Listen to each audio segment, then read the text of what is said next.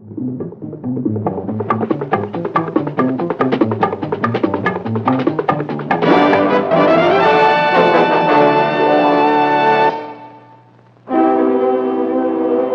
the long history of mankind, there has never been a war which has demanded such complex tactics and so many sophisticated weapons as the war in Vietnam.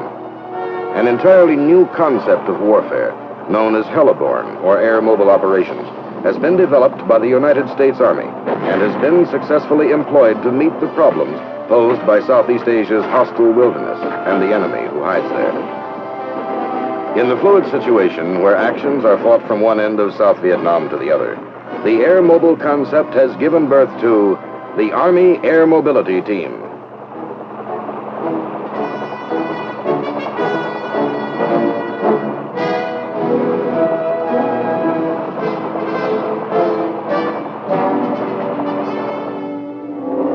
The first thing that the Army had to overcome in Vietnam was the terrain itself. Approximately 80% of the country is undeveloped wilderness, or in the southern part of the Republic, endless marshes, bogs, and waterways of the Mekong Delta.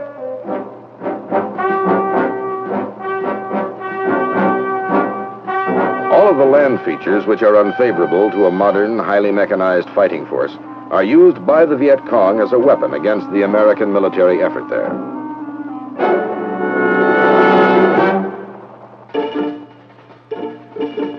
Seeking out the elusive, hidden enemy, U.S. troops are daily confronted by nightmarish natural obstacles. Even at close range, the Viet Cong remain unseen. The full power of our Army cannot be brought to bear upon the enemy through ground operations alone.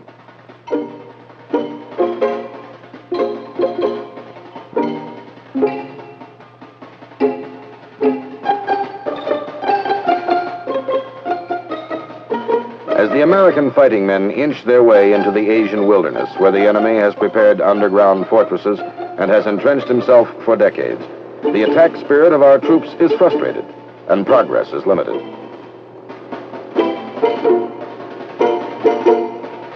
A speedier, more effective method of getting at the Viet Cong and North Vietnamese Army forces had to be found. Traditionally, the need for ground movement by the Army is vital.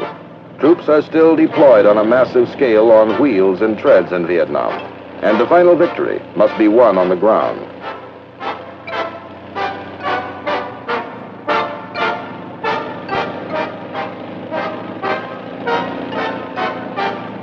In order to move quickly over difficult ground and to put the firepower where it's needed, the Army developed the air mobile concept.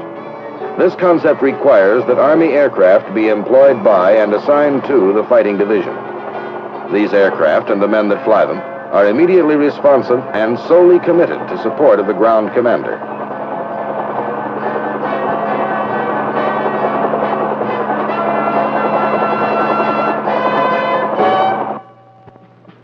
For overland transport, the Army still needs its workhorse vehicles, ambulances, and various types of armored war machines. These are the tools of the ground force elements of the Air Mobility Team.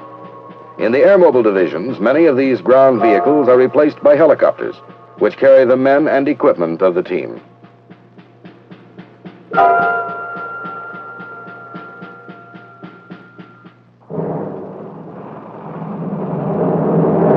How the Air Mobility Team system works is demonstrated in a battalion-sized operation to search out and clear away known enemy forces.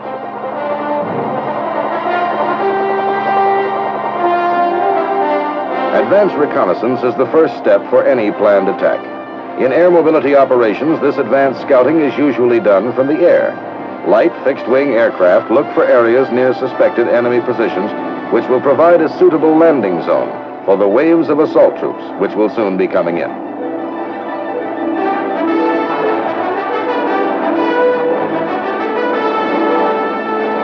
To determine enemy strength in the area, helicopters are sent in for a closer examination of the ground.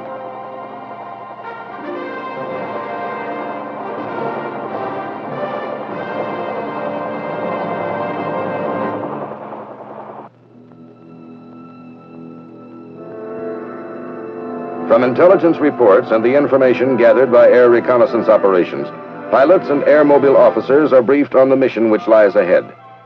From day to day, heliborne missions vary so much that these briefings must be extremely accurate. Ground commanders are also given the latest information on the operation.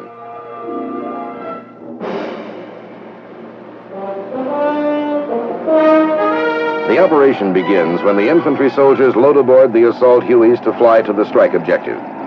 The airmobile team concept is designed with the idea that the airborne soldier must ultimately fight on foot. Every effort is made to keep small units together on the same aircraft. A combat company's mortars and machine guns are divided among several aircraft, however, so that the loss of one or two helicopters would not knock out all the company's heavy weapons.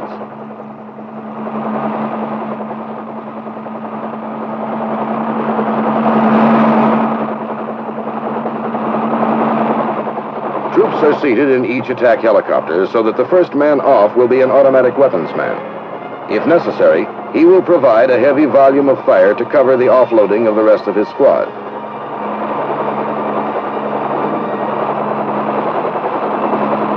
The aerial deployment of assault troops may call for some modification of normal leadership tactics.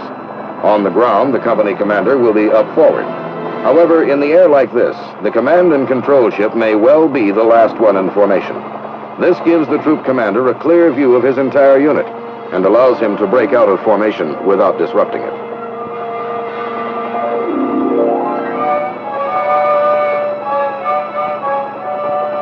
In airmobile operations such as the one now underway, the hilltops overlooking an enemy-held valley are pounded by Army artillery units to make way for the incoming waves of helicopters.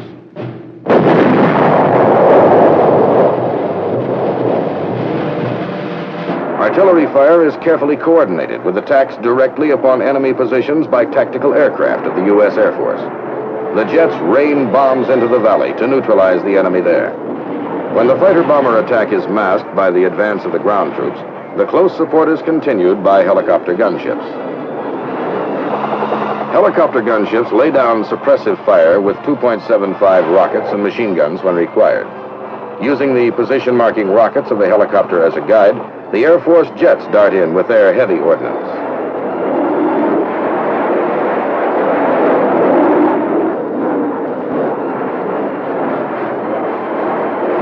The landings of the assault helicopters are the most critical phase of the operation. Despite the heavy preparatory fires, enemy small arms, automatic weapons, and mortar fire may be severe. The attacking airborne soldiers must be ready to engage the enemy immediately with every type of weapon. They also must deploy swiftly to push back or eliminate enemy forces which may be blocking expansion of the landing zone.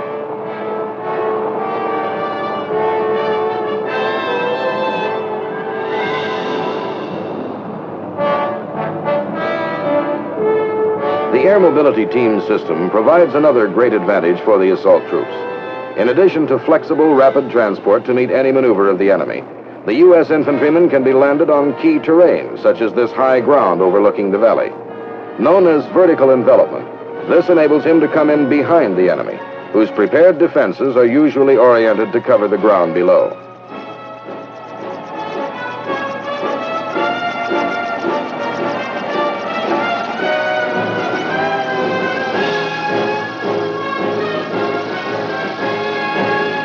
As the initial landings are completed without resistance from the enemy, the men spread out quickly to secure the various landing zones.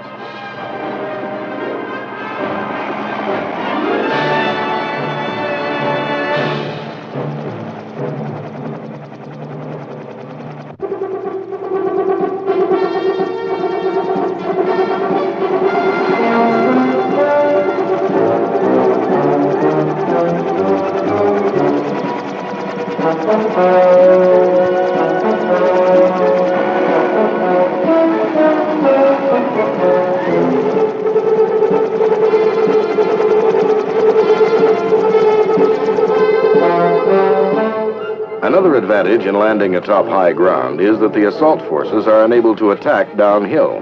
This decreases fatigue and speeds up ground movement. The enemy is given little time in which to adjust his defenses to the attack.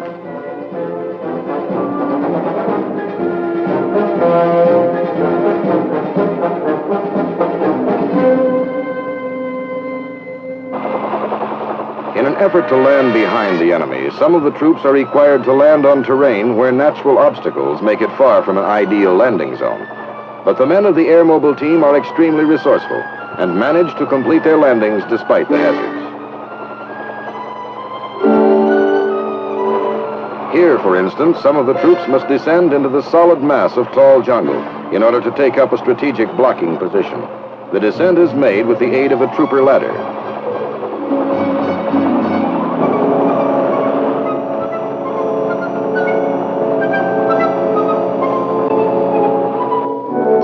An air mobile landing, which has been slowed down by difficult terrain, is vulnerable to attack by the enemy.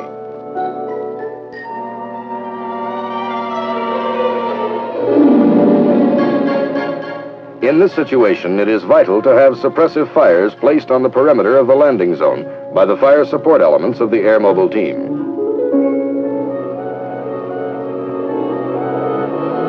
The artillery forward observer plays a critical role, calling in and directing artillery fire. Another triumph of the Air Mobile team is its truly remarkable ability to shuttle artillery through the air. In Vietnam today, most aerial delivery of these field pieces is being accomplished by huge Chinook helicopter sling delivery. New lightweight howitzers have been developed especially for this role.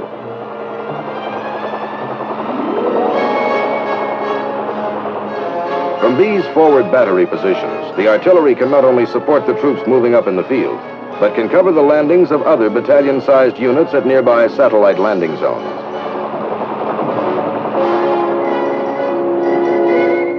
Further support for the foot soldier comes from the Air Force. The Air Force counterpart of the Army Forward Observer is the FAC, the Forward Air Controller. Riding in Air Force spotter planes, the FAC can call in devastating jet airstrikes on enemy positions.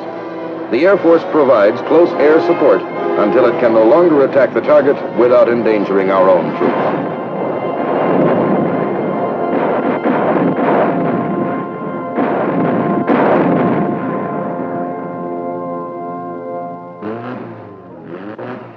Spectacular though the Air Mobile team's assaults are, these brilliant aerial deployments would grind to a halt on the ground if the troops were not constantly supplied and resupplied with the many articles of war needed to fight the battles. Things like jeeps and water trailers and ammunition.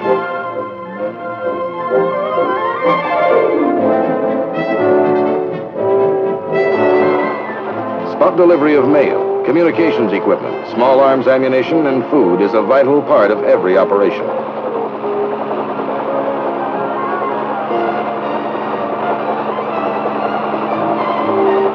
Pure fresh water supplies are as important as food, due to the fact that natural water sources in Vietnam are carriers of disease. One of the most outstanding aerial delivery feats, however, is the constant shuttling in of tons of heavy shells, which are consumed so rapidly by the forward artillery units. Aerial resupply means not only materiel, but manpower as well. The Army Air Mobile team's ability to rush reinforcements by helicopter and move troop units to keep up with rapidly changing situations on the ground has led to some of the Viet Cong's most crushing defeats. The enemy could not anticipate the reaction timing of this swift air mobility.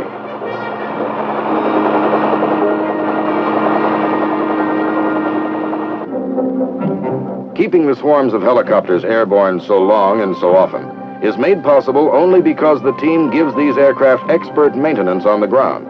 Checkups and inspection procedures are exacting and carried out according to a rigid schedule.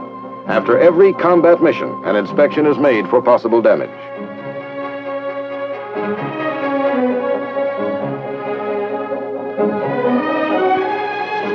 Another contributing factor to the capability of these helicopters to return so swiftly to action is the multiple fueling techniques devised by the team's ingenious support personnel. Inflatable rubber fuel tanks, flown well forward of the main airbase, cut refueling time to the bare minimum.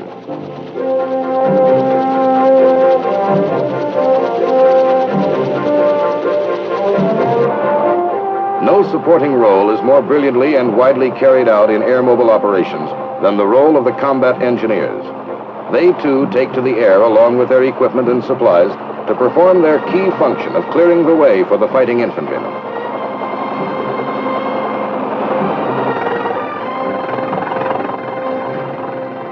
They not only give the troops ground mobility by clearing and building roads, but they erect bridges to span rivers and gullies in the underdeveloped provinces of South Vietnam.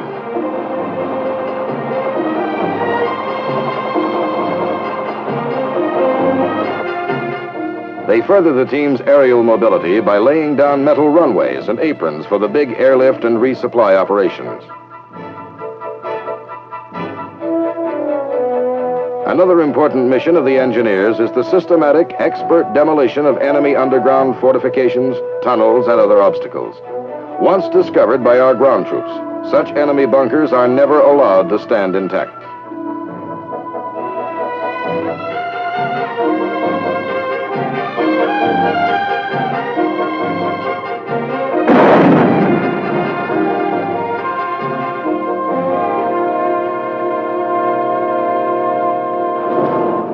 Probably no feat of the Air Mobile team is as spectacular or heartwarming to the fighting man as evacuation of the wounded by medical helicopter. The swift removal of wounded soldiers from remote battlefields and aerial delivery to modern hospital facilities has cut combat fatalities to an all-time low. It is no wonder that this life-saving capability of the Army Air Mobile team is one of the major factors in sustaining the morale and fighting spirit of the soldier.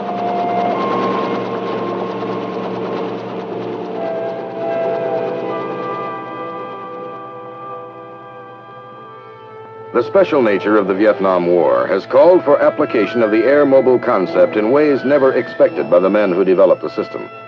Sometimes it may be the evacuation of the native populations of a remote Vietnamese village, which is suspected to be a base of operations for the Viet Cong.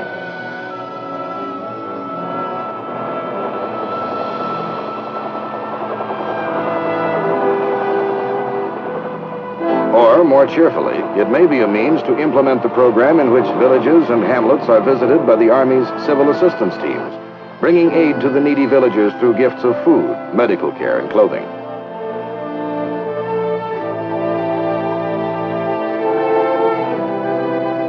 In some of the more remote hamlets, the people have never known modern medical care, and this phase of the program is especially welcome.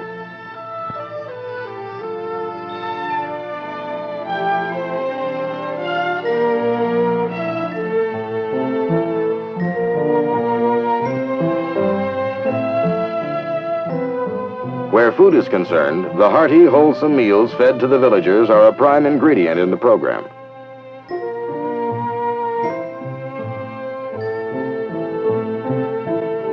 The hearts of many are won over through the gift of food.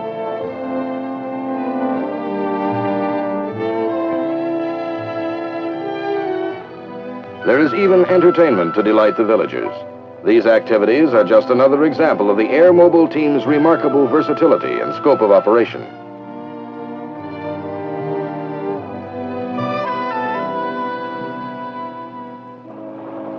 The self-sufficiency of the Air Mobile team is one of its most valuable assets. An example is the helicopter recovery of damaged aircraft.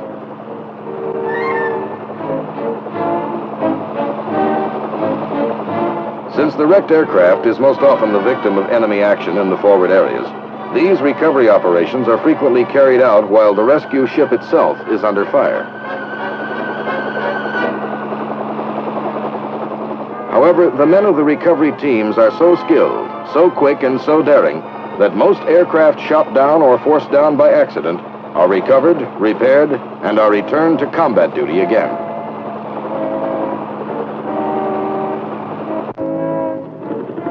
Even the largest of our helicopters can be retrieved from wilderness crashes and whisked back to the capable hands of expert aircraft repairmen.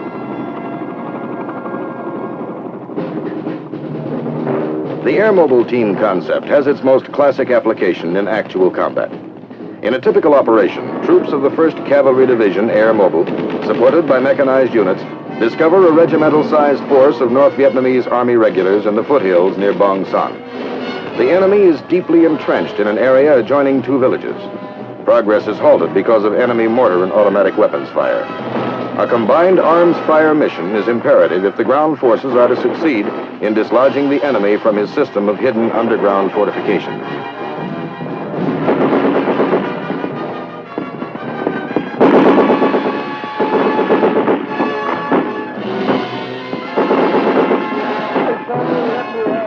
fires must be called in. First to respond are the Huey Cobras, gunships, and aerial rocket artillery ships.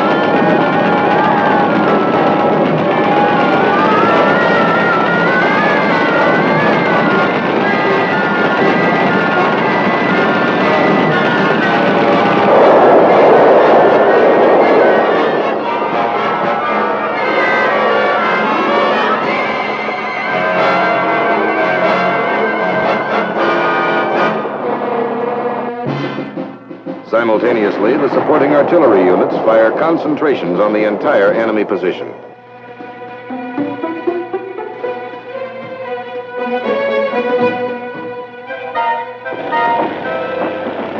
Finally, our ground forces begin moving up.